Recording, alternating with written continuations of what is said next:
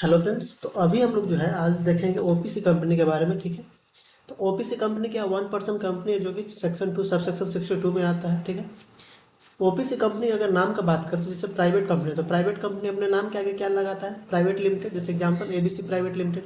अगर public company है तो पब्लिक कंपनी अपने नाम के आगे क्या लगाता है, लिमिटेड। ठीक है, एबीसी लिमिटेड।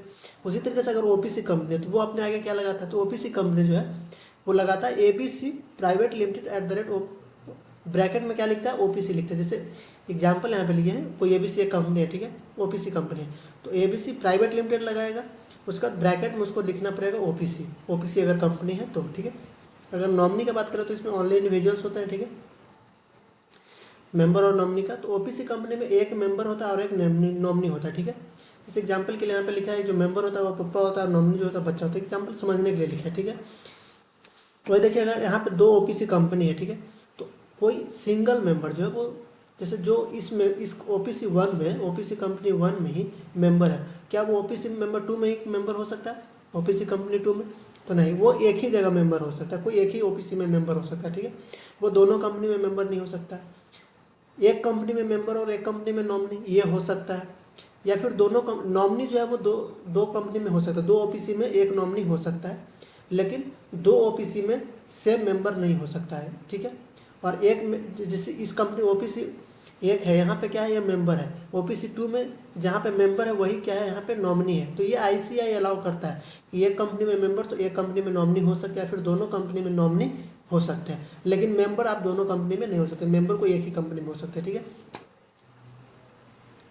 वही यहाँ पे कह रहा क्या, only one member and one nominee. यहाँ पे ओपीसी कंपनी में एक मेंबर और एक नॉमिनी होते हैं, इससे ज़्यादा कोई नहीं होता है।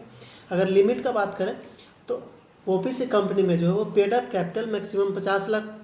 ठीक है, मैक्सिमम लिमिट जो है पेड अप कैपिटल का कितना है, 50 लाख। वही टर्नओवर का बात करें तो मैक्सिमम कितना है, 2 करोड़। यानी कि ओपीसी कंपनी में maximum 50 lakh paid up capital और टर्नओवर जो है वो 2 करोड़ से ज़्यादा नहीं हो सकता है।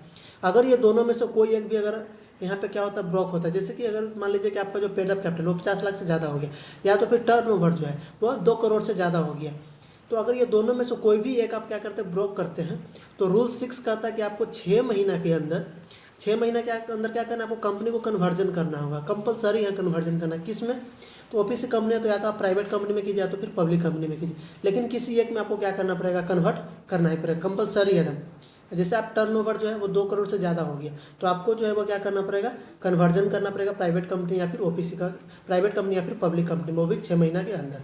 ठीक है, अगर आप दोनों पेड अप कैपिटल और टर्नओवर दोनों ब्लॉक कर लेते हैं तब फिर आपका कंपनी क्या हो जाएगा, सीज हो जाएगा। अगर आप पेड अप कैपिटल का जो है लिमिट है वो भी आप क्रॉस कर जाते हैं, टर्न ओवर का लिमिट भी अगर आप क्रॉस कर जाते हैं तो फिर आपको कंपनी क्या हो जाएगा, सीज हो जाएगा।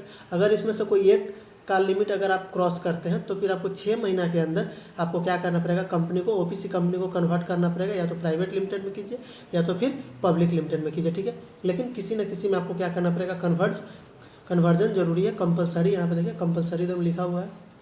ठीक है, तो ये था ओपीसी कंपनी के बारे में। और ओपीसी कंपनी जो है वो क्या होता है, स्मॉल कंपनी होता है लॉन्ग रन में। ओपीसी कंपनी क्या होता है, तो OPC company always a small company in a long run. ठीक है, तो ओपीसी कंपनी क्या है, हमेशा स्मॉल कंपनी होता है। तो ये था हमारा ओपीसी का क्या पूरा डिटेल। ठीक है, थैंक यू।